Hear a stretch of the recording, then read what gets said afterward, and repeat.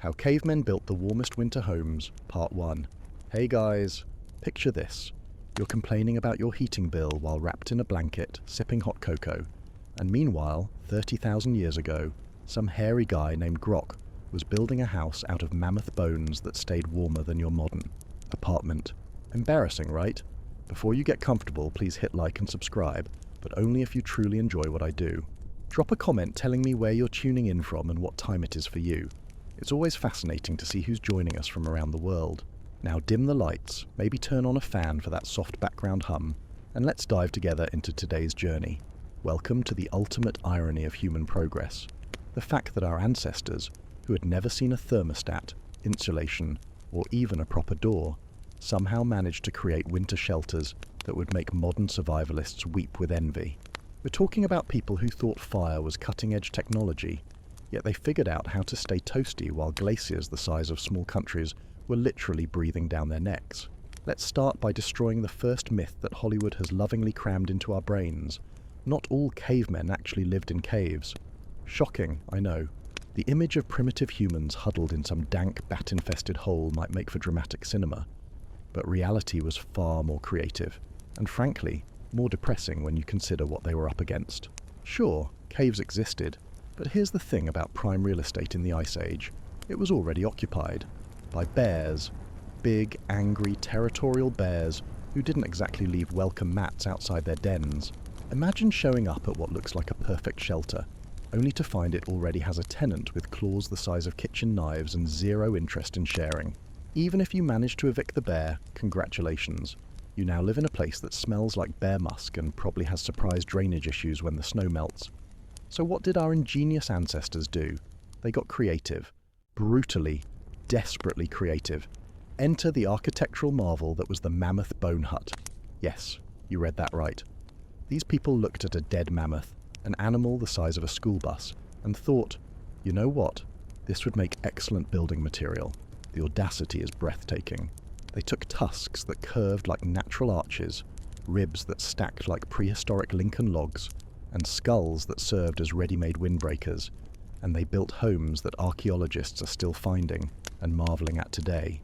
The site at Mezherish in Ukraine gives us a perfect example of just how sophisticated these supposedly primitive people really were. Picture this nightmare scenario.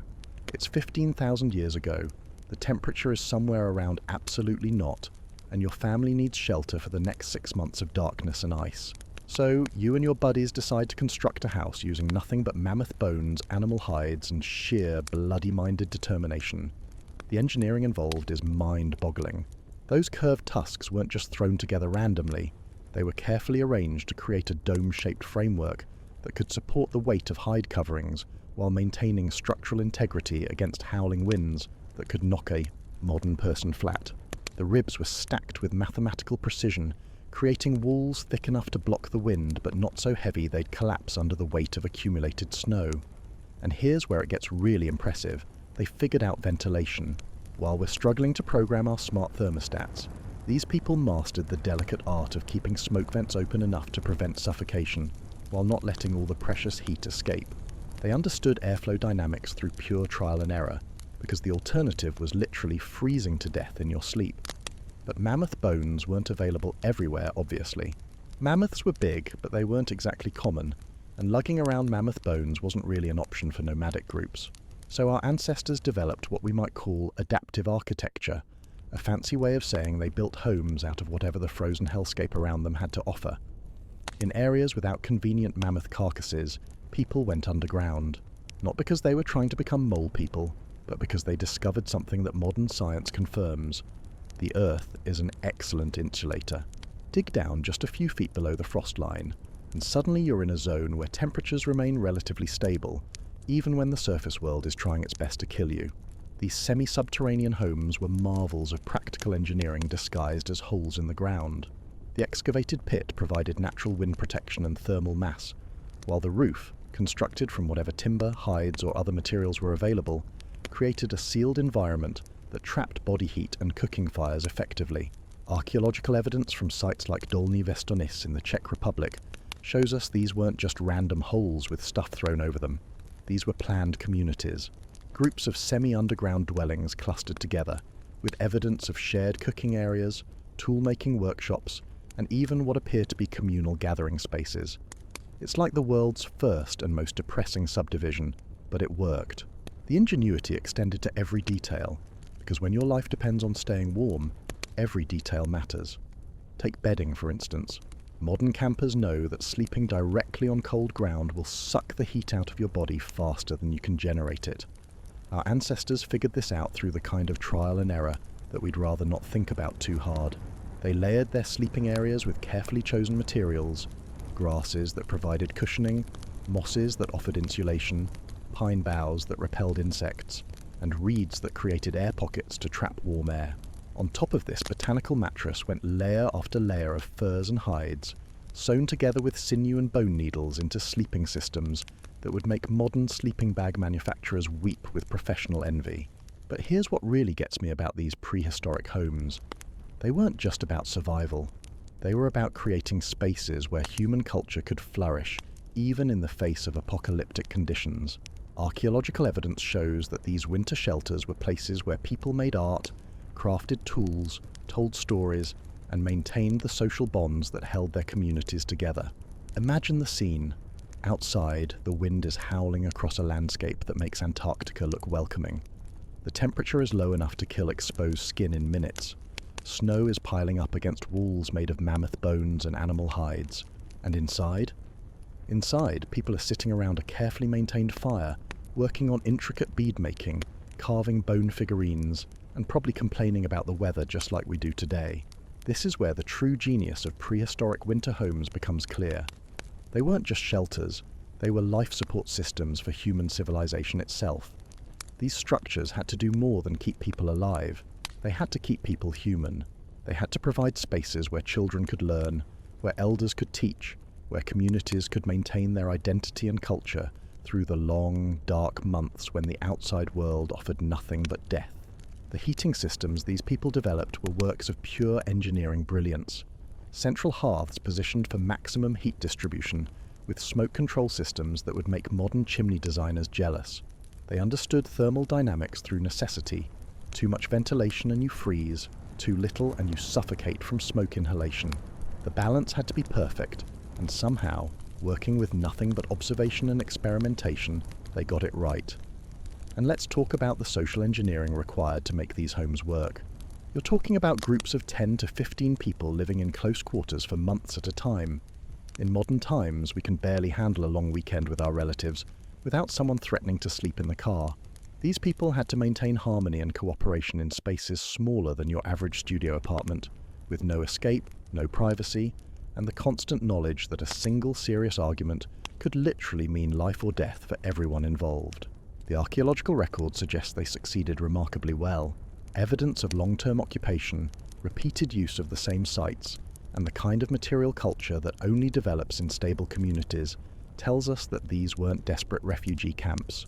These were functional societies that had figured out how to not just survive winter, but to thrive during it. Comment below and let me know. How long do you think you'd last in a mammoth bone hut with your family? Because honestly, I'm not sure I'd make it through the first blizzard without someone getting voted out of the shelter permanently. The more we dig into the archaeological evidence, the more it becomes clear that we've been thinking about prehistoric people all wrong. These weren't desperate, barely surviving primitives scratching out a miserable existence. These were sophisticated problem solvers who looked at conditions that would send modern humans running for the nearest heated building and said, "Hold my fermented berry juice and watch this." They developed building techniques that wouldn't be out of place in a modern survival manual. Double wall construction for maximum insulation, elevated sleeping platforms to avoid cold drafts, strategic placement of storage areas where the natural refrigeration of frozen ground would preserve food supplies, entrance designs that minimized heat loss while providing protection from wind and snow. But perhaps most impressively, they did all of this while dealing with climate conditions that make our worst winters look like a mild spring day. We're talking about the last glacial maximum, when ice sheets covered most of northern Europe and North America, when average temperatures were 10 degrees Celsius to 20 degrees colder than today, when global warming would have been the answer to their prayers. These people looked at an ice age and said, "You know what? We're going to make this work." And they did. They didn't just survive the worst climate conditions in human history. They used those conditions as an opportunity to develop technologies and social systems that would carry our species through to the present day. So the next time your central heating hiccups and you find yourself reaching for an extra blanket, remember Grok and his mammoth bone mansion. Remember the ingenuity it took to transform a pile of bones and animal skins into a home warm enough to raise children and preserve culture through the long, dark winters of the Pleistocene. Because if there's one thing this story teaches us, it's that human beings are ridiculously, absurdly good at figuring out how to be comfortable, even when the universe is actively trying to kill us. And that's either deeply inspiring or absolutely terrifying, depending on your perspective. How Cavemen Built the Warmest Winter Homes. Part 2. Now, let's dive deeper into the absolute madness of prehistoric engineering, because what we've covered so far is just the tip of the iceberg. And speaking of icebergs, these people were literally surrounded by them, while somehow managing to create homes that were warmer and more efficient than half the apartments you've probably lived in. The real genius of these winter shelters wasn't just in their construction, it was in their planning. These weren't last-minute panic builds thrown together when the first snowflake fell. Archaeological evidence shows us that these communities were thinking months ahead, preparing for winter with the kind of strategic planning that would make modern project managers weep with admiration. Take fire management, for instance. You think managing your monthly heating bill is complicated? Try keeping a fire burning continuously for 6 months straight, when your fuel supply consists of whatever dead wood you can scavenge from a landscape that looks like the surface of an alien planet. These people had to become masters of combustion science through pure necessity, because letting that fire die meant everyone in the shelter dies. They developed what we can only call fire conservation technology. Archaeological sites show evidence of carefully constructed hearths with stone linings that absorbed heat during active burning, and then radiated that warmth back into the living space for hours afterward. It's basically the same principle behind those fancy heat-storing fireplaces that cost a fortune today, except these people figured it out using nothing but rocks and desperation. But here's where it gets really impressive. They learned to bank fires, not just throwing some logs on before bed and hoping for the best, but actually managing the combustion process to maintain heat-producing embers throughout the night.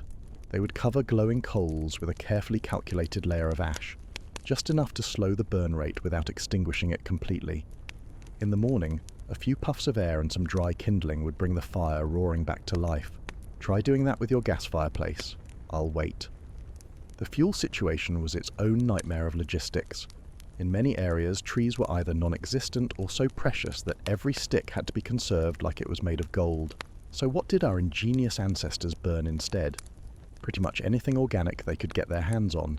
Animal bones, dried dung, fat, even compacted grass and moss when nothing else was available. And before you wrinkle your nose at the thought of burning mammoth dung for heat, remember that this stuff actually burns quite well and produces surprisingly little smoke. Mongolian herders still use dried animal dung as fuel today, and it's considered an excellent heating source. Our prehistoric ancestors figured this out 30,000 years before anyone wrote a survival manual. The storage of these alternative fuels required its own engineering solutions.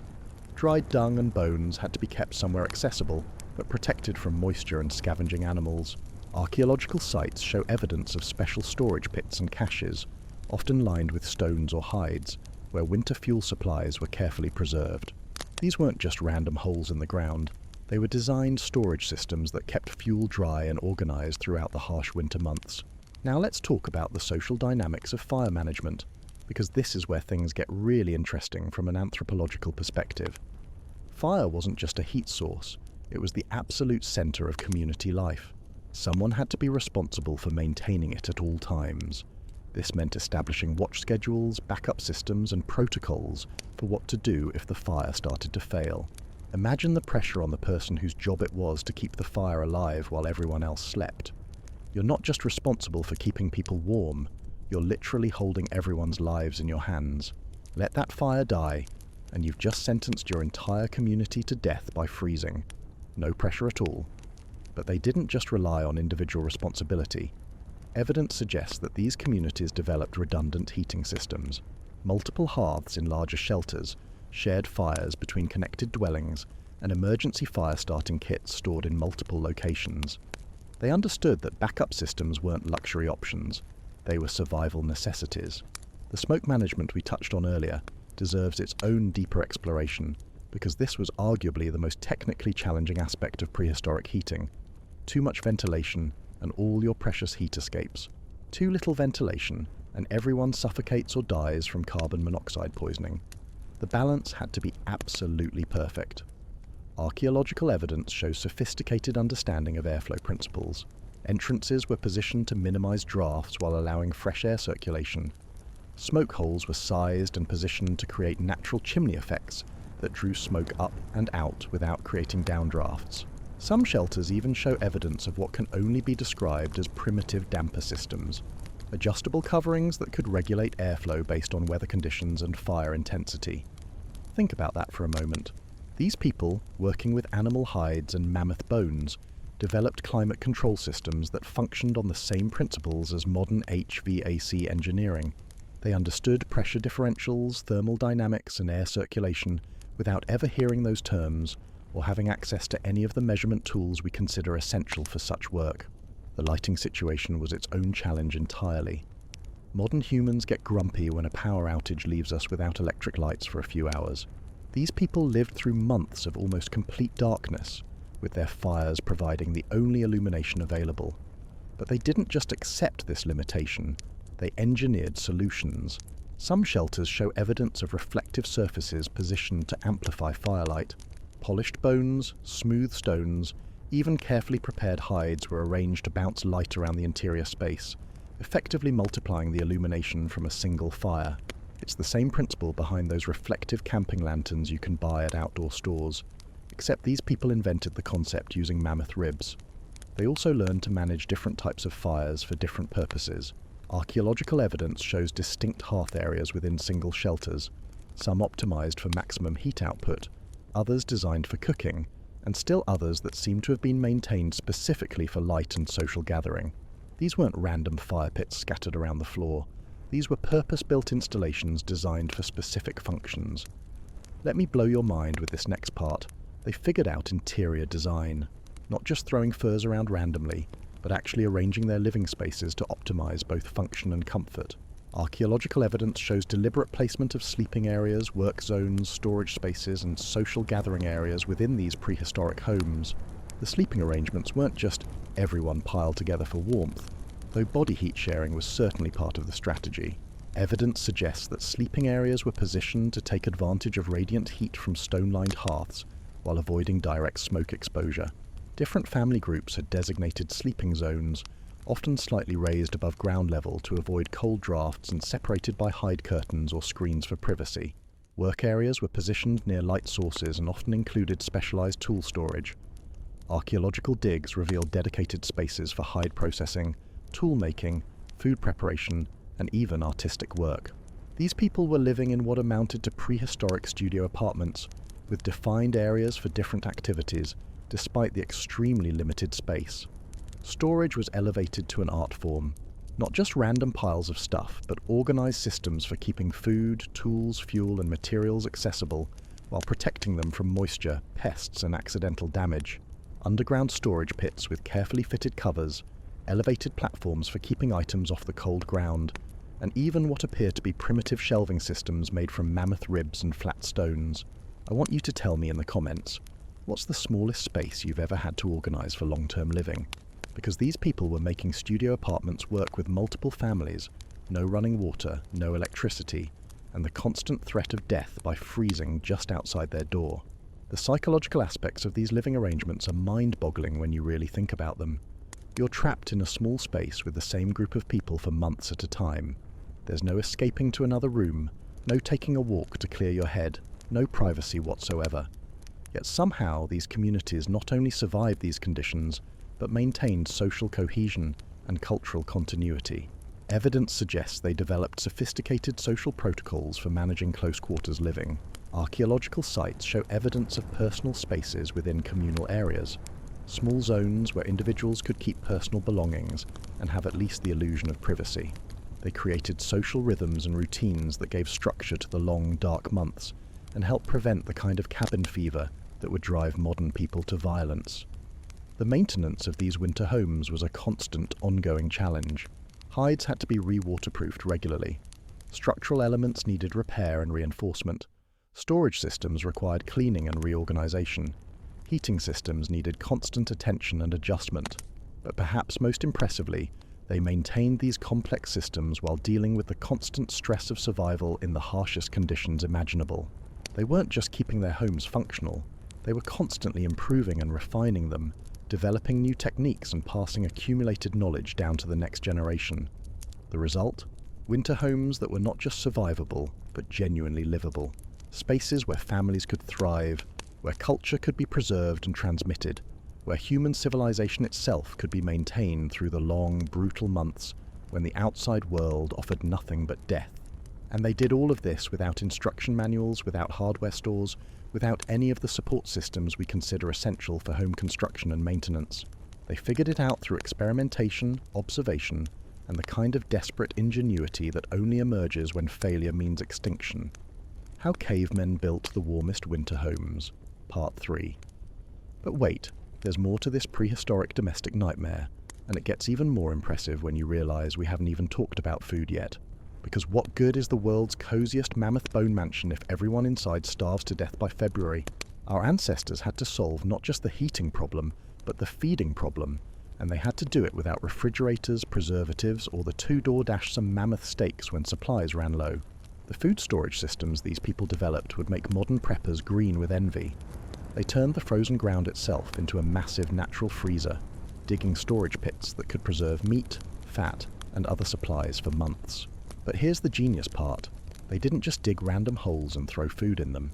These were engineered storage systems with stone linings, hide covers, and drainage considerations that prevented spoilage while maintaining accessibility even when the ground was frozen solid. Archaeological evidence from sites across Ice Age Europe shows sophisticated food preservation techniques that go far beyond just keep it cold. They developed methods for smoking meat, drying fish, rendering fat into long-term storage forms, and even fermenting certain plant materials. These people were basically running prehistoric delicatessens out of their winter shelters, complete with inventory management systems that would make warehouse managers weep. The fat storage alone is a masterpiece of nutritional engineering. Fat is incredibly calorie-dense and essential for surviving extreme cold, but it's also tricky to preserve without modern techniques. Our ancestors figured out how to render animal fat into forms that could be stored in hide containers for months without going rancid. They created what were essentially prehistoric energy bars, mixtures of fat, dried meat, and nuts that provided massive caloric content in compact, portable forms. But let's talk about the psychological horror of eating the same preserved mammoth jerky for 6 months straight. Imagine looking forward to dinner and knowing that tonight, just like every night for the past 4 months, you'll be gnawing on strips of dried reindeer while pretending it's delicious. The food monotony alone would drive modern people to despair, yet these communities not only survived it, but maintained their social cohesion through the entire ordeal. They developed cooking techniques that could transform limited ingredients into something approaching variety. Archaeological evidence shows different hearth areas within shelters, some designed for roasting, others for boiling in hide containers using hot stones, and still others that seem to have been used for smoking or slow cooking methods that could make tough preserved meats more palatable. Drop a comment and tell me, what's the longest you've eaten the same meal repeatedly? Because I guarantee it wasn't 6 months of mammoth jerky in a bone hut while listening to your cousin complain about the ventilation system. The water situation was its own engineering challenge. You can't just melt snow and call it good. That's a recipe for hypothermia and death by energy expenditure. These people had to develop efficient methods for melting snow and ice, while conserving fuel and managing the thermal load on their heating systems. They created specialized containers and heating techniques that could provide clean water without burning through their precious fuel supplies. Some sites show evidence of what can only be described as primitive plumbing systems. Not running water, obviously, but organized methods for collecting, storing, and distributing water within the shelter. Hide containers positioned to collect meltwater from roof drainage, storage systems that kept water from freezing solid, and even primitive filtration methods using sand and charcoal to improve water quality. The tool maintenance and manufacturing that went on inside these winter shelters represents another level of prehistoric ingenuity entirely. When you're trapped indoors for months, you have time to perfect your craft. Archaeological sites show evidence of sophisticated tool-making workshops, with specialized areas for different types of work. stone knapping, bone carving, hide processing, and even artistic endeavours. These weren't just maintenance operations, they were innovation labs. The long winter months gave people time to experiment, refine techniques, and develop new tools and methods. Some of the most sophisticated prehistoric artifacts come from winter occupation sites, suggesting that enforced downtime actually accelerated technological development rather than hindering it. The clothing and textile production that happened in these shelters was absolutely critical for survival, and it represents some of the most advanced prehistoric technology we know about. These people were essentially running fashion workshops that produced Arctic-grade survival gear using nothing but animal hides, plant fibers, and bone needles. They developed layering systems that rival modern outdoor clothing in their sophistication. Base layers of soft hide next to the skin, insulating layers of fur and down-like materials, and outer shells treated to be wind and water resistant. They understood moisture management, thermal regulation, and even ventilation concepts that modern clothing designers spend years studying. The sewing techniques alone are mind-blowing. Using nothing but sinew thread and bone needles, they created seams that were waterproof, windproof, and flexible enough to allow for movement while maintaining insulation properties. They developed different stitch patterns for different applications, some for strength, others for flexibility, and still others specifically designed to prevent heat loss through seam gaps. But perhaps most impressive is the fact that they did all of this while dealing with the constant stress of survival in conditions that would kill modern humans within hours. They weren't just maintaining these complex systems, they were improving them, innovating constantly, and passing accumulated knowledge down to the next generation. The social organization required to make all of this work is staggering when you really think about it. Someone had to manage food distribution to ensure supplies lasted through the entire winter. Someone else had to maintain the heating systems and manage fuel consumption. Others had to handle tool maintenance, clothing production, water management, and waste disposal. And all of this had to be coordinated within the confines of a space smaller than your average garage. They developed what can only be described as prehistoric management systems. Evidence suggests that different individuals took responsibility for different aspects of winter survival, with specialization based on skill, experience, and physical capability. The elderly might focus on tool making and teaching, while the young handled fuel gathering and fire maintenance. Women often specialized in hide processing and clothing production, while men might focus on hunting and heavy construction work. But here's what really gets me. They did all of this without any of the conflict resolution systems we consider essential for group living. No HR departments, no mediation services, no ability to just leave if things got uncomfortable.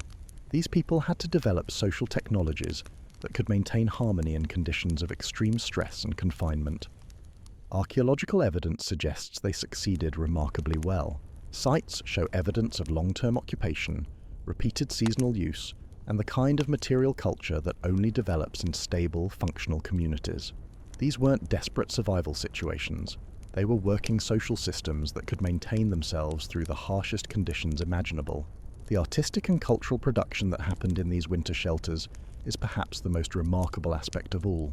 While dealing with everything we've discussed, food preservation, heating, clothing production, tool maintenance, social organization, these people still found time and energy to create art, music, stories, and spiritual practices. Archaeological sites yield carved figurines, decorated tools, ornamental beads, and even evidence of musical instruments. These weren't luxury items created in times of plenty. These were objects made during the depths of Ice Age winters, in shelters where every calorie had to be conserved and every moment of warmth was precious. Think about what that means. While struggling to survive in conditions that would challenge modern humans even with all our technology, these people still valued beauty, creativity, and cultural expression enough to dedicate time and resources to creating art. They understood that survival wasn't just about keeping the body alive. It was about maintaining the human spirit through the long, dark months when the outside world offered nothing but death. The knowledge transmission systems they developed in these winter shelters laid the foundation for human education and cultural continuity. Children learned essential skills by watching and participating in daily survival activities. Elders passed down accumulated wisdom through stories, songs, and direct instruction. Young adults refined their skills and prepared to take on leadership roles. These weren't just schools, they were universities, research institutions, and cultural preservation centres all rolled into one smoky, crowded, impossibly warm space built from mammoth bones and held together with ingenuity, desperation, and an absolutely unbreakable human refusal to give up in the face of impossible odds. And the most mind-blowing part, they made it look easy. Archaeological evidence suggests that these winter shelter systems were so successful that they were used repeatedly, season after season, generation after generation. Knowledge was refined and passed down. Innovations were tested and adopted, and techniques were standardized across vast geographical areas. These people didn't just survive the worst climate conditions in human history, they thrived in them. They used the enforced isolation of Ice Age winters to develop technologies, social systems, and cultural practices that would carry our species forward for tens of thousands of years. They turned survival into an art form, and winter shelters into the launching pads for human civilization itself. How cavemen built the warmest winter homes. Part 4. Now let's talk about something that would make modern architects weep. The sheer adaptability of these prehistoric building systems.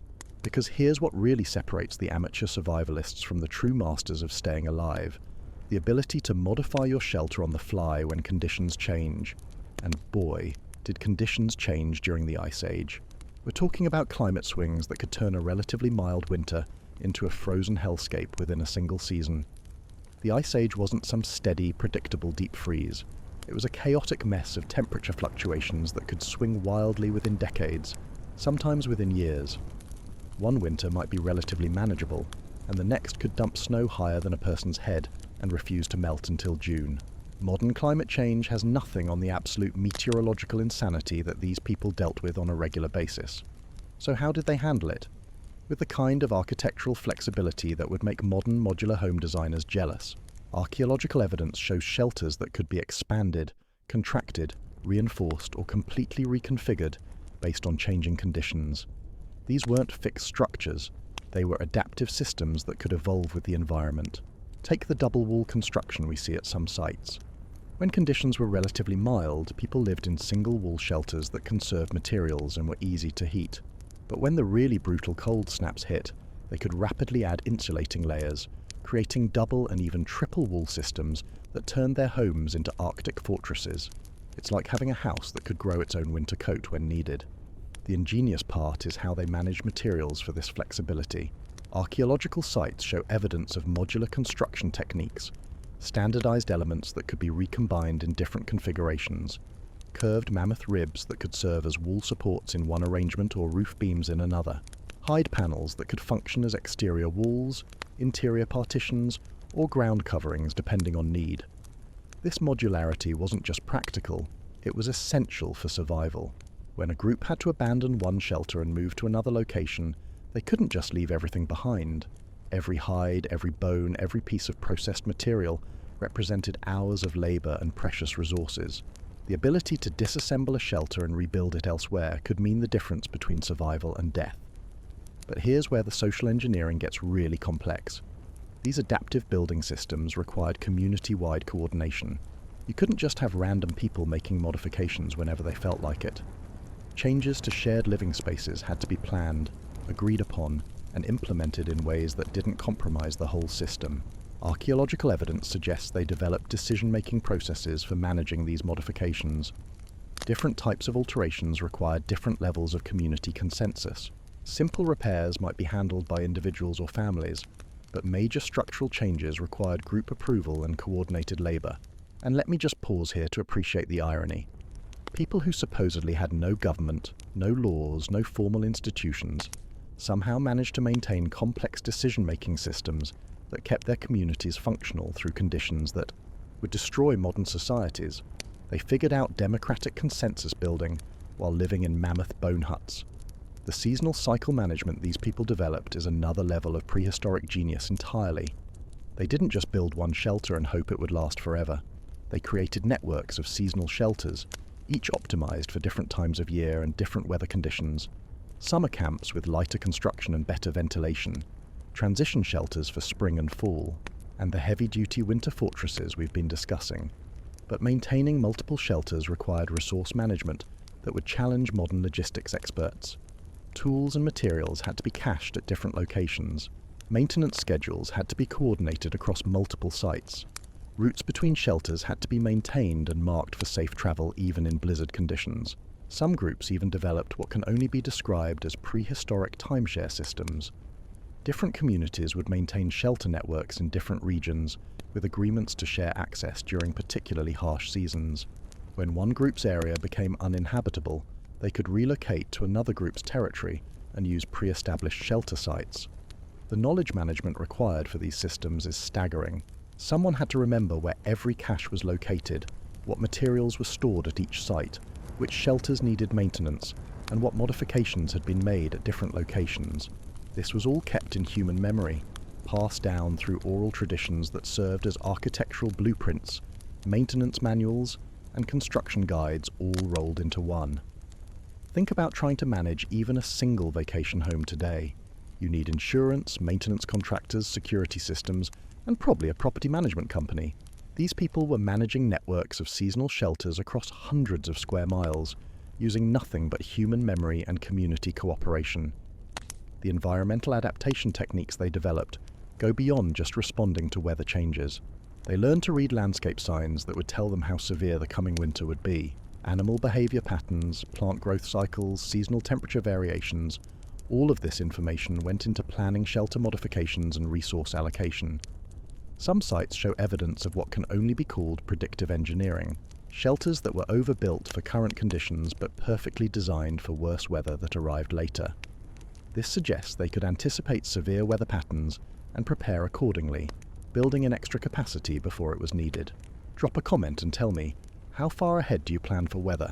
Because I complain when the forecast is wrong for the weekend, and these people were making architectural decisions based on climate predictions that had to be accurate for months in advance.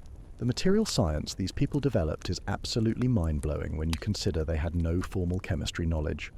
They figured out how to treat hides for maximum insulation, flexibility, and durability. They developed adhesives and sealants from animal fats and plant materials. They created composite materials by combining different organic components for specific engineering properties. Take hide processing, for example. Different treatment methods produced hides with different characteristics. Some treatments maximized waterproofing, others prioritized insulation, and still others created flexible materials that could be sewn into complex shapes. They understood that different applications required different material properties, and they had the technical knowledge to produce exactly what they needed. The preservation of these materials required its own technical expertise. Treated hides had to be stored in ways that prevented rot, insect damage, and degradation from moisture or temperature changes. Archaeological sites show evidence of sophisticated storage systems that could keep processed materials usable for years. But perhaps most impressive is the way they managed material recycling and reuse.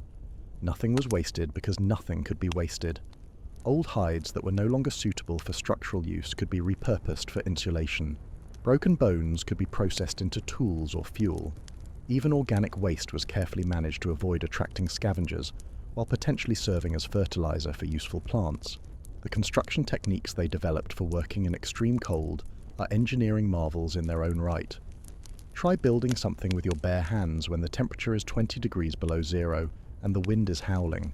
Materials become brittle, your fingers stop working properly, and every task takes 10 times longer than it should.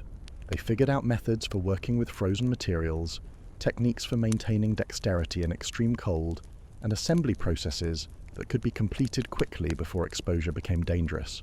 Some construction work had to be done in stages, with workers rotating in and out of warm shelters to prevent frostbite.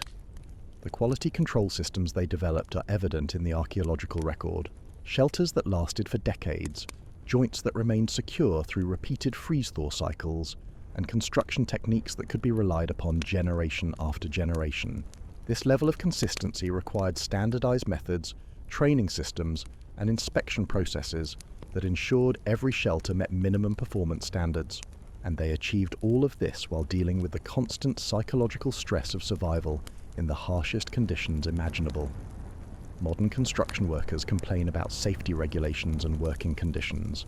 These people were building life support systems while the Ice Age was actively trying to kill them, and they somehow maintained quality standards that rival modern construction practices. The result was a building technology so successful that it spread across vast geographical areas and persisted for thousands of years. These weren't just random survival shelters. They were proven architectural systems that became the foundation for human settlement patterns that would eventually lead to permanent cities and modern civilization. How Cavemen Built the Warmest Winter Homes, Part 5. But here's where the story gets truly insane, and I mean that in the most admiringly horrified way possible. We need to talk about the knowledge networks these people developed, the prehistoric information superhighway that allowed building techniques, survival strategies, and innovations to spread across thousands of miles of frozen wasteland. Because apparently, having no internet, no phones, and no mail service didn't stop our ancestors from developing communication systems that would make modern social media look like amateur hour. Archaeological evidence shows remarkable similarities in shelter construction techniques across vast geographical areas. We're talking about identical bone-joining methods found in sites separated by hundreds of miles, similar hearth designs discovered from Eastern Europe to Western France, and tool-making techniques that spread faster than a viral TikTok video. The implications are staggering. These supposedly isolated primitive communities were actually part of a vast network of information exchange. How did they do it? Through the most effective communication method ever invented: human migration and intermarriage. When young people left their birth communities to join other groups, which happened regularly to prevent inbreeding, they carried with them detailed knowledge of construction techniques, survival strategies, and innovations. It was like having a constantly updating database of best practices, except the database was stored in human brains and updated through face-to-face conversation around mammoth bone hearths. Think about the logistics of this knowledge transfer. Someone in what's now Ukraine figures out a better way to waterproof hide seams. Within a few generations, that technique is being used by communities hundreds of miles away in what's now France. This wasn't coincidence or independent invention. This was systematic knowledge sharing that required social networks, trade relationships, and cultural exchanges that spanned the entire continent. The marriage exchange systems alone represent a masterpiece of prehistoric diplomacy. Archaeological evidence suggests that communities actively maintained relationships with distant groups, specifically to facilitate knowledge and gene exchange. Young women would marry into distant communities, bringing with them not just genetic diversity but detailed technical knowledge about everything from hide processing to hearth construction. But it wasn't just women carrying knowledge between communities. Archaeological sites show evidence of specialized craftsmen, people who traveled between communities sharing advanced techniques for tool-making, shelter construction, and survival strategies. These were essentially prehistoric consultants, technical experts who could be called in when communities needed to upgrade their winter shelter systems or solve specific engineering problems. The standardization of certain techniques across such vast areas suggests something even more sophisticated: quality control systems that ensured knowledge was transmitted accurately. When a technique worked well, it spread. When modifications proved unsuccessful, they were abandoned. This represents a form of prehistoric peer review, where innovations were tested, validated, and refined through collective experience before being adopted widely. Let me paint you a picture of how this might have worked. A community develops a new method for creating double wall insulation that significantly improves heat retention. Visitors observe the technique, learn it, and carry it back to their own communities where it's tested and refined. If it works well, it gets passed on to the next visitors. If it doesn't, it's abandoned. Over time, only the most effective techniques survive and spread.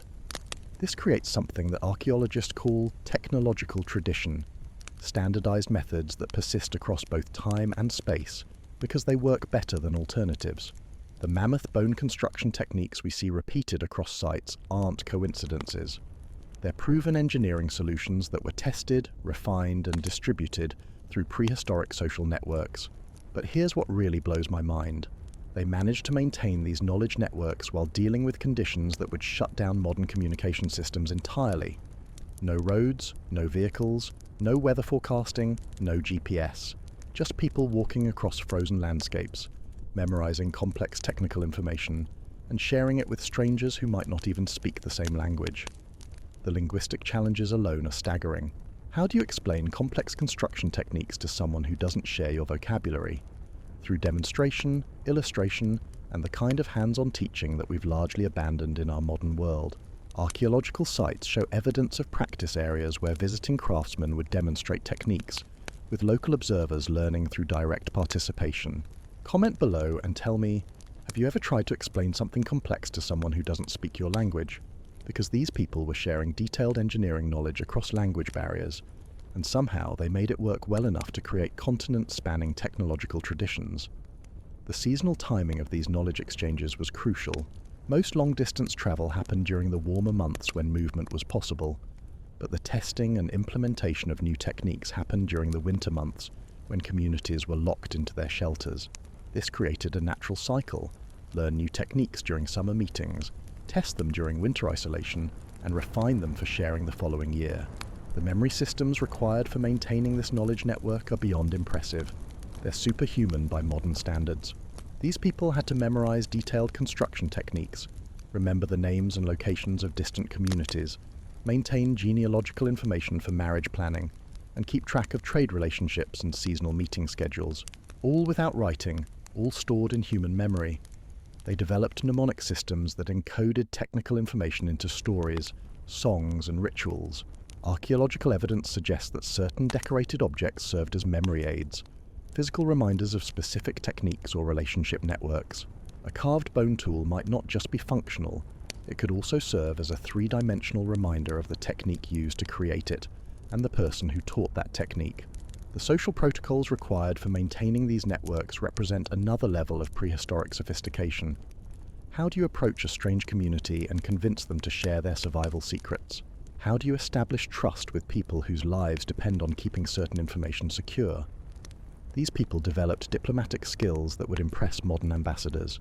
Archaeological evidence suggests they used gift-giving, ritual exchanges, and formal introduction protocols to establish relationships between distant communities. Certain objects appear to have served as passports, items that identified the bearer as a legitimate member of the knowledge-sharing network and granted them access to technical information and shelter resources. The security aspects of these systems are fascinating from a modern perspective. Not all knowledge was shared freely. Some techniques were closely guarded secrets, passed down only within specific family lines, or shared only with trusted allies. Archaeological evidence suggests that certain communities had specialized knowledge that gave them advantages in trade relationships or territorial negotiations. But the really impressive part is how they balanced knowledge security with the collective benefit of sharing survival techniques. Basic shelter construction methods were shared widely because everyone's survival benefited from better winter shelters. But specialized techniques that gave communities competitive advantages were carefully controlled. This creates a picture of prehistoric information management that's far more sophisticated than anything we usually imagine. These people weren't just struggling to survive in isolation. They were participants in complex knowledge economies that spanned continents and persisted for thousands of years. The innovation networks that emerged from these knowledge-sharing systems accelerated technological development in ways that wouldn't be seen again until modern industrial societies. New techniques could spread across vast areas within decades, be tested and refined by multiple communities, and then be distributed as improved versions to even more communities. Archaeological evidence shows accelerating rates of technological innovation in areas where these knowledge networks were most developed. Communities weren't just maintaining existing techniques, they were actively improving them, creating new solutions, and distributing innovations faster than would be possible through independent development. The result was winter shelter technology that represented the accumulated knowledge and experience of countless communities across thousands of years. Each mammoth bone hut, each semi-subterranean dwelling, each ingenious heating system represented not just local ingenuity, but the collective intelligence of prehistoric humanity working together to solve the challenge of surviving Ice Age winters. How Cavemen Built the Warmest Winter Homes, Part 6. Now we need to dive into the absolutely mind-bending daily reality of actually living in these engineering marvels, because creating a warm shelter is only half the battle. The other half is surviving months of close quarters, living with the same people while managing everything from bathroom situations to the psychological toll of never seeing sunlight. And trust me, this is where things get really interesting from an anthropological horror perspective. Let's start with the elephant in the mammoth bone room. What happened when nature called? Modern humans get cranky when the hotel bathroom is a little small. These people had to solve human waste management in spaces where everyone lived, ate, slept, and worked together, often for 6 months at a time. The genius, and I use that term with both admiration and disgust, lies in how they engineered solutions that maintained both sanitation and social harmony. Archaeological evidence suggests they developed designated waste areas, usually positioned downwind and downhill from living spaces, with sophisticated drainage systems that prevented contamination of water supplies. Some sites show evidence of what can only be described as prehistoric latrines, structured areas with privacy screens and waste management systems that would make medieval castle builders jealous. But here's where the social engineering becomes truly impressive. They developed protocols for managing these systems that maintained dignity and hygiene in conditions where privacy was essentially non-existent. Scheduled usage times, cleaning responsibilities shared among community members, and waste disposal methods that prevented disease transmission. They figured out bathroom etiquette that would challenge modern dormitory residents.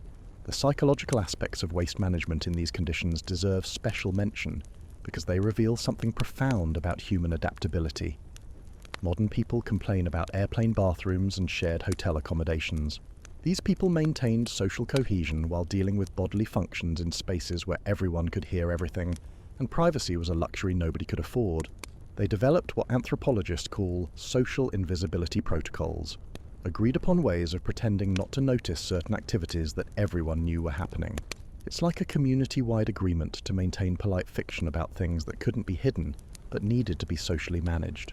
The sophistication of these protocols suggests that humans have been masters of awkward social situations for much longer than we usually imagine. Water management inside these shelters was another engineering challenge that modern plumbers would respect. You need drinking water, cooking water, cleaning water, and you need to manage all of this while conserving fuel, preventing contamination, and dealing with limited storage capacity. Archaeological sites show evidence of integrated water systems that manage collection, storage, distribution, and waste removal with remarkable efficiency. Some shelters show evidence of what can only be described as primitive indoor plumbing. Hide containers positioned to collect meltwater from roof systems, distribution channels that carried water to different use areas, and drainage systems that removed wastewater without contaminating living spaces. They created closed-loop water systems that would impress modern sustainable housing designers. The maintenance of these water systems required constant attention and community cooperation. Someone had to monitor collection containers, clean distribution channels, maintain drainage systems, and ensure that water supplies remained uncontaminated. This level of system maintenance suggests organizational skills that would challenge modern facility managers. Now let's talk about the social dynamics of meal preparation and food distribution, because when you're dealing with limited food supplies and multiple families living in close quarters, every meal becomes an exercise in diplomacy and resource management. Archaeological evidence suggests they developed sophisticated protocols for food sharing that maintained both fairness and social harmony. The cooking areas in these shelters weren't just functional, they were designed to support complex social interactions. Central hearths positioned where everyone could participate in meal preparation, storage systems that allowed for equitable food distribution, and eating areas arranged to maintain family groups while supporting community interaction. But here's what really impresses me. They figured out how to maintain individual family identity within communal living arrangements. Archaeological evidence shows distinct family areas within shared shelters, with personal storage spaces, individual sleeping arrangements, and subtle markers that designated private versus communal space. Drop a comment and tell me, have you ever tried sharing a small space with multiple families? Because modern families can barely share vacation rental houses for a week without conflict, and these people made it work for entire winters. The conflict resolution systems they developed deserve their own anthropological study. When you can't escape disagreements by leaving the room, you need sophisticated methods for managing disputes without destroying community cohesion. Archaeological evidence suggests they developed formal protocols for resolving conflicts, with designated mediators and structured processes for addressing grievances. Some sites show evidence of what appear to be council areas, spaces designated specifically for community meetings and decision-making. These weren't just random gathering spots. They were designed social spaces with specific arrangements that supported group discussion and consensus building. The leadership structures that emerged in these winter communities represent another level of social sophistication. Archaeological evidence suggests they developed temporary authority systems that could function during the winter months, with different individuals taking responsibility for different aspects of community management. But perhaps most impressively, They figured out how to manage these leadership transitions smoothly. Evidence suggests that winter leadership roles were often different from summer leadership roles, with communities adapting their governance structures to match the different challenges of each season. The entertainment and cultural activities that happened in these shelters represent the triumph of human creativity over desperate circumstances. While dealing with all the survival challenges we've discussed, these people still found time and energy for music, storytelling, games, and artistic pursuits.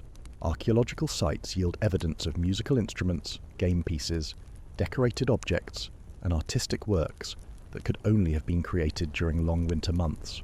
These weren't luxury items made during times of plenty. They were cultural expressions created under conditions of extreme stress and resource scarcity. Think about what that means for human psychology. While trapped in small spaces, dealing with limited food, managing complex social dynamics, and facing the constant threat of death from exposure, these people still valued cultural expression enough to dedicate precious time and resources to creating beauty. The educational systems that developed in these winter shelters laid the foundation for human knowledge transmission. Children learned essential skills through direct participation in daily survival activities, but they also received formal instruction in technical skills, cultural traditions, and social protocols. Archaeological evidence suggests they developed age-graded learning systems, with different children receiving different types of instruction based on their developmental stage and aptitude. This represents sophisticated understanding of human learning that wouldn't look out of place in modern educational theory. The specialization that developed during these long winter months accelerated human technological development in ways that wouldn't be seen again until modern industrial societies. When you have months of enforced downtime and multiple skilled individuals working in close proximity, innovation happens rapidly. Some individuals became specialists in specific technical areas: hide processing, tool-making, artistic work, or social mediation. This specialization allowed for the development of expertise levels that would have been impossible in more nomadic lifestyles. The result was accelerated technological and social development that transformed these winter shelters from mere survival refugees into incubators of human civilization. The techniques, social structures, and cultural practices developed in mammoth bone huts and semi-subterranean dwellings would eventually evolve into the foundations of permanent settlements, complex societies, and everything we recognize as human civilization. These people didn't just survive the worst climate conditions in human history. They used those conditions as opportunities for innovation, cultural development, and social experimentation that would shape human development for millennia to come. How Cavemen Built the Warmest Winter Homes, Part 7. But here's where things get really wild. And by wild, I mean absolutely terrifying from a modern perspective. The security and defense systems these winter communities developed. Because apparently, staying warm and fed wasn't challenging enough. They also had to worry about uninvited guests ranging from starving humans to massive predators who viewed these cozy shelters as convenient snack dispensaries. Let's start with the human threats, because nothing says prehistoric hospitality quite like having to fortify your mammoth bone mansion against desperate raiders who want to steal your food, fuel, and shelter. Archaeological evidence shows that many winter settlements developed sophisticated defensive features that would make medieval castle builders nod with professional respect. Some sites show evidence of strategic positioning that maximized natural defenses, elevated locations that provided clear sight lines, areas protected by natural barriers like rivers or cliffs, and positioning that made approach routes predictable and defendable. These people weren't just randomly setting up camp wherever looked convenient. They were thinking like military strategists, evaluating terrain for defensive advantages.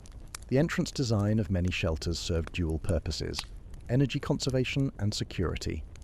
Those narrow, low entrances that helped maintain heat also created choke points that could be easily defended by a single person.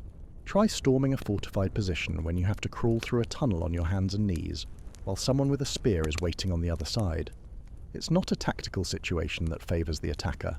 Archaeological evidence suggests they developed early warning systems using strategically positioned lookouts, signal fires, and even noise-making devices that could alert communities to approaching threats. Some sites show evidence of what can only be described as prehistoric alarm systems, arrangements of bones or stones that would create noise if disturbed by approaching intruders. But the really impressive part is how they managed community defense while maintaining the cooperation necessary for winter survival. Archaeological sites show evidence of coordinated defensive planning that required significant community organisation. Weapons storage, guard duty schedules, emergency protocols, all of this had to be organised and maintained by people who were already dealing with the daily challenges of not freezing to death. The predator problem was even more challenging because it wasn't seasonal, it was constant. We're talking about Ice Age megafauna that viewed humans as either food or competition for resources. Cave bears, cave lions, giant wolves, and other delightful neighbours who could easily break into shelters and turn cosy family dinners into horror movie scenarios. Archaeological evidence shows sophisticated predator deterrent systems that combined passive and active defence strategies, noisemakers that would alert communities to approaching predators, scent barriers using human waste or other materials that mark territory, and shelter designs that could be rapidly secured against animal intrusion. Some sites show evidence of coordinated hunting parties that specifically targeted dangerous predators near winter settlements. These weren't just opportunistic hunting expeditions, they were strategic elimination campaigns designed to create safe zones around winter communities. Drop a comment and let me know. How do you feel about your home security system now? Because these people were dealing with threats that could literally eat them while they slept, and they figured out defense strategies using nothing but mammoth bones and sharp sticks. The psychological warfare aspects of these defensive systems deserve special mention because they reveal sophisticated understanding of both human and animal behavior. Some archaeological sites show evidence of deliberate displays designed to intimidate potential threats, arrangements of weapons, predator trophies, or other objects that communicated the defensive capabilities of the community. The social organisation required for maintaining these defence systems while managing all the other aspects of winter survival is staggering. Someone had to coordinate guard schedules, maintain weapons, monitor potential threats, and organise emergency responses. This level of community organisation suggests leadership structures and communication systems that would challenge modern security professionals. But perhaps most impressive is how they balance defensive necessity with the openness required for trade relationships and knowledge exchange. These communities couldn't afford to be completely isolated. They needed contact with other groups for genetic diversity, trade opportunities, and knowledge sharing. Yet they also had to protect themselves against threats from those same external contacts.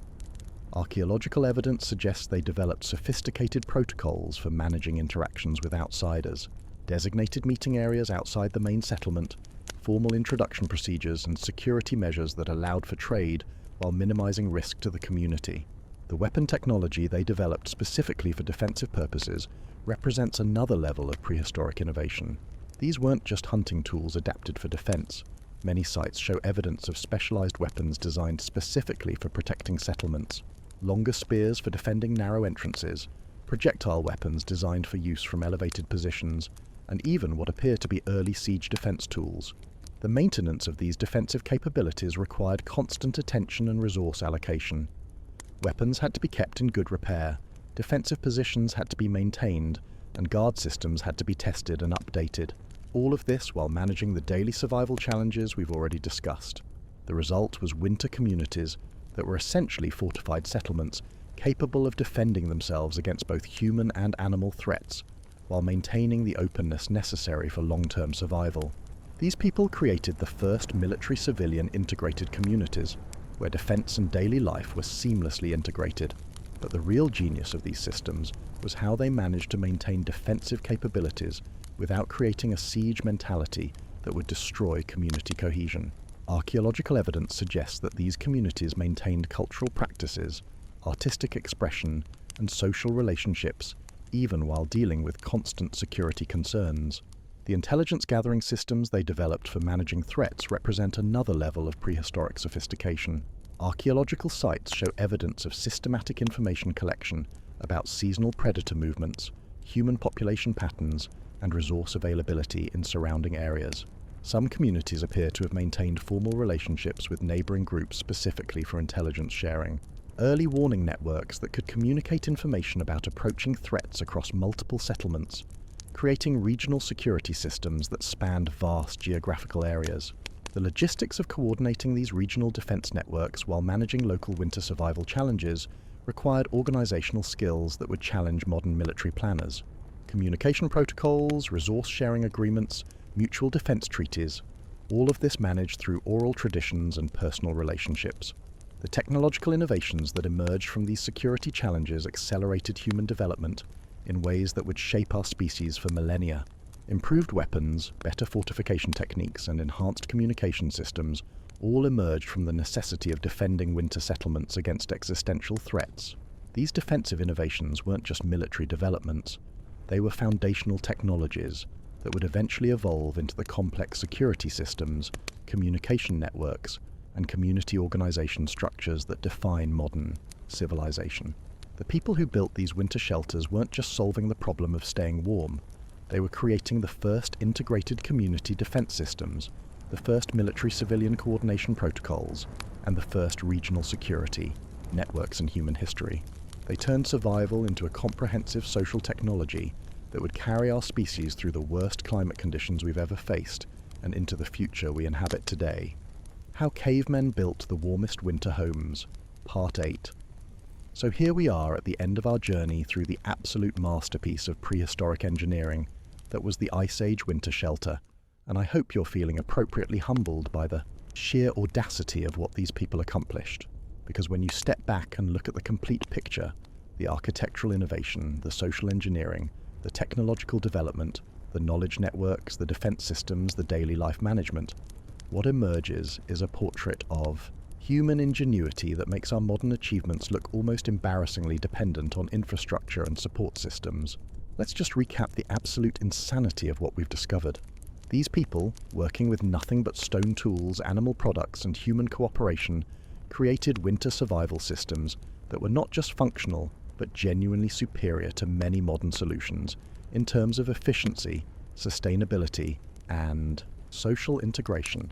They built homes that stayed warmer than modern apartments while using no external energy sources.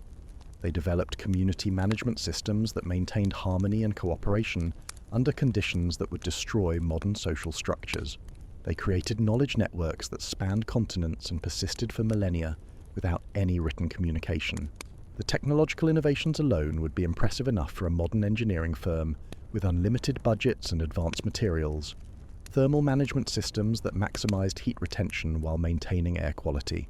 Modular construction techniques that allowed for rapid adaptation to changing conditions.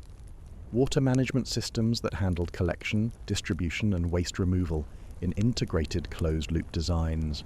Food preservation and storage systems that could maintain supplies for months without refrigeration or chemical preservatives. But what really sets these achievements apart is how they integrated technical solutions with social systems in ways that modern societies struggle to match. These weren't just buildings, they were comprehensive life support systems that addressed every aspect of human survival and cultural continuity. They solved the engineering problems while simultaneously solving the psychological, social, and cultural challenges of maintaining human communities through the harshest conditions imaginable. The knowledge management systems they developed deserve special recognition because they represent something we've largely lost in our modern world: the ability to maintain and transmit complex technical information through purely human networks. These people created educational systems that could train specialists, preserve innovations, and distribute improvements across vast geographical areas using nothing but human memory and social relationships. Think about the implications of that. Every technique, every innovation, every solution had to be memorized, practiced, and taught person to person. There were no instruction manuals, no video tutorials, no technical support hotlines. Yet somehow they maintained consistency and quality standards that allowed these technologies to persist and improve over thousands of years. The social technologies they developed are equally impressive, and perhaps even more relevant to our modern challenges. They figured out how to manage resource allocation, resolve conflicts, maintain leadership structures, and preserve cultural continuity in conditions of extreme stress and scarcity. They created decision-making systems that could function under pressure while maintaining community cohesion and individual dignity. Modern societies, with all our communication technology, legal systems, and institutional structures, still struggle with many of the challenges these people solved as a matter of survival. We have difficulty maintaining social cohesion during minor disruptions, yet they created communities that could function harmoniously through 6 months of enforced isolation and constant existential threat. The defense and security systems they developed represent the first integrated approach to community protection in human history. They figured out how to balance openness with security, cooperation with protection, trade with defense. They created early warning networks, coordinated response systems, and strategic planning processes that would be recognizable to modern military planners. But perhaps most remarkably, they did all of this while maintaining cultural expression, artistic creation, and spiritual practices that enriched human experience even in the depths of survival crisis. They understood that keeping people alive wasn't enough. They had to keep people human, keep communities functional, keep cultures alive through the darkest months of the most challenging climate conditions our species has ever faced. The legacy of these winter shelter communities extends far beyond their immediate survival achievements. The technologies they developed, the social systems they created, and the cultural practices they maintained laid the foundation for everything we recognize as human civilization. The permanent settlements that would eventually emerge were built on knowledge and experience accumulated in mammoth bone huts and semi-subterranean shelters.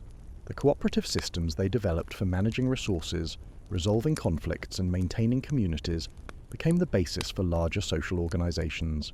The technological innovations they created for heating, construction, and tool-making evolved into the complex technologies that define modern life. The knowledge networks they established became the foundation for trade relationships, cultural exchange, and technological diffusion that would shape human development for millennia. But the real lesson of these prehistoric winter homes isn't just about impressive engineering or clever social organization.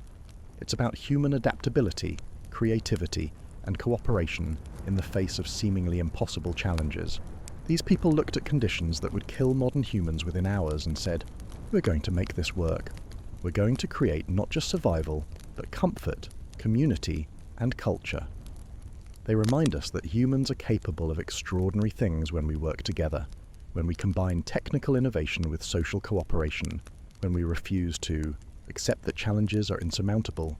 They show us that the technologies we consider essential for civilization, writing, agriculture, metallurgy, cities, are actually recent additions to a much older foundation of human ingenuity and social organization.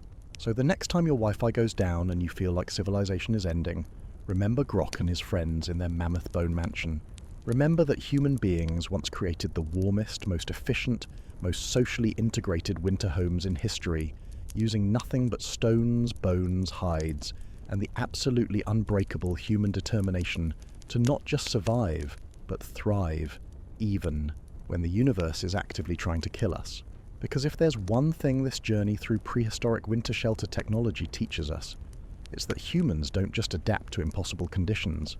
We engineer solutions that turn those conditions into opportunities for innovation, community building, and cultural development.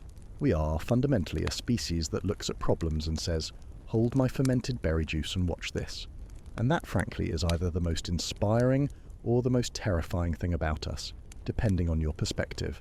But either way, it's probably why we're still here 30,000 years later, complaining about our heating bills while living in houses that would have seemed like absolute magic to the people who solved the ultimate heating challenge using nothing but mammoth bones and human ingenuity. Thanks for joining me on this journey through the most impressive residential construction project in human history. Don't forget to let me know in the comments where you're watching from and whether your modern home could survive an ice age. Spoiler alert, it probably couldn't, but Grok's mammoth bone mansion definitely would.